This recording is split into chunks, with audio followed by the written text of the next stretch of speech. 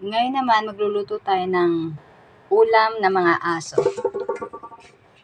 Ako ng ulo ng manok. Mga 60 pieces. Ito ay nagkakalaga ng 141. 45 ang kilo. So, Tapos, bumili din ako ng sayote. Isasama ko sila dito sa aking pagluluto. Nandito na po. Nalinisan ko na po yung ulo. Huwag po kayo mag-alala yung tuka niyan. Lalambot din po yan mamaya pag napakuluan. At yung paa na tira na binili ko kanina, tinanggalan ko na po ng mga kuko. Tapos, ayan, may sayote na. Wala pong asin at tubig. Lalagyan nyo po ng tubig syempre para lumambot. Papakuluin lang po yan. Tapos, lalagyan po ng dahon ng malunggay. Sandali. Po yung dahon ng malunggay. Ayan o, pinatuyo ko na yan, kaya lang, dapat yan, i-grind. Pero kahit hindi na pa po, pwede na yan. Kaya lang po yung pinapatuyo, tapos ginagrind. Parang gawing malunggay powder. Pero since wala naman akong grinder, pwede na yan siya dyan. Para sa mga aso, hindi lang po yan kay Miko na nagpapadede, para din po yan sa mga aso natin. Yan po yung pagkain nila. Then, tatakpan na po natin, papakuluin po natin hanggang sa lumambot po ang ulo ng manok.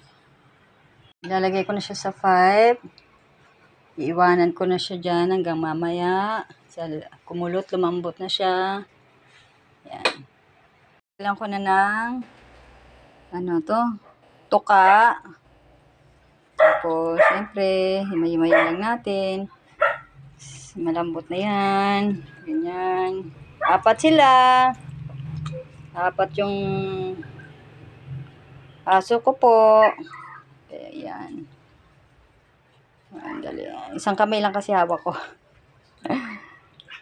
Paul! Help me. Okay. Ano, ma?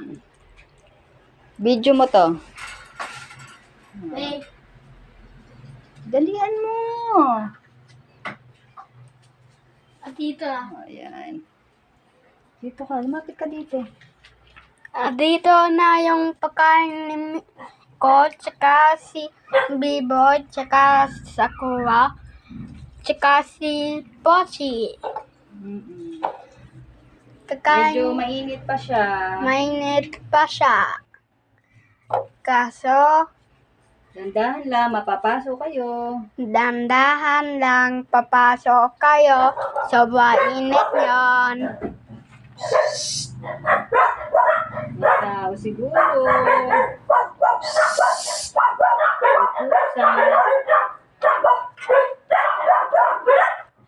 Basta ko na. Bye! Tingnan mo na. Tingnan mo, may tao. Ano ba yun?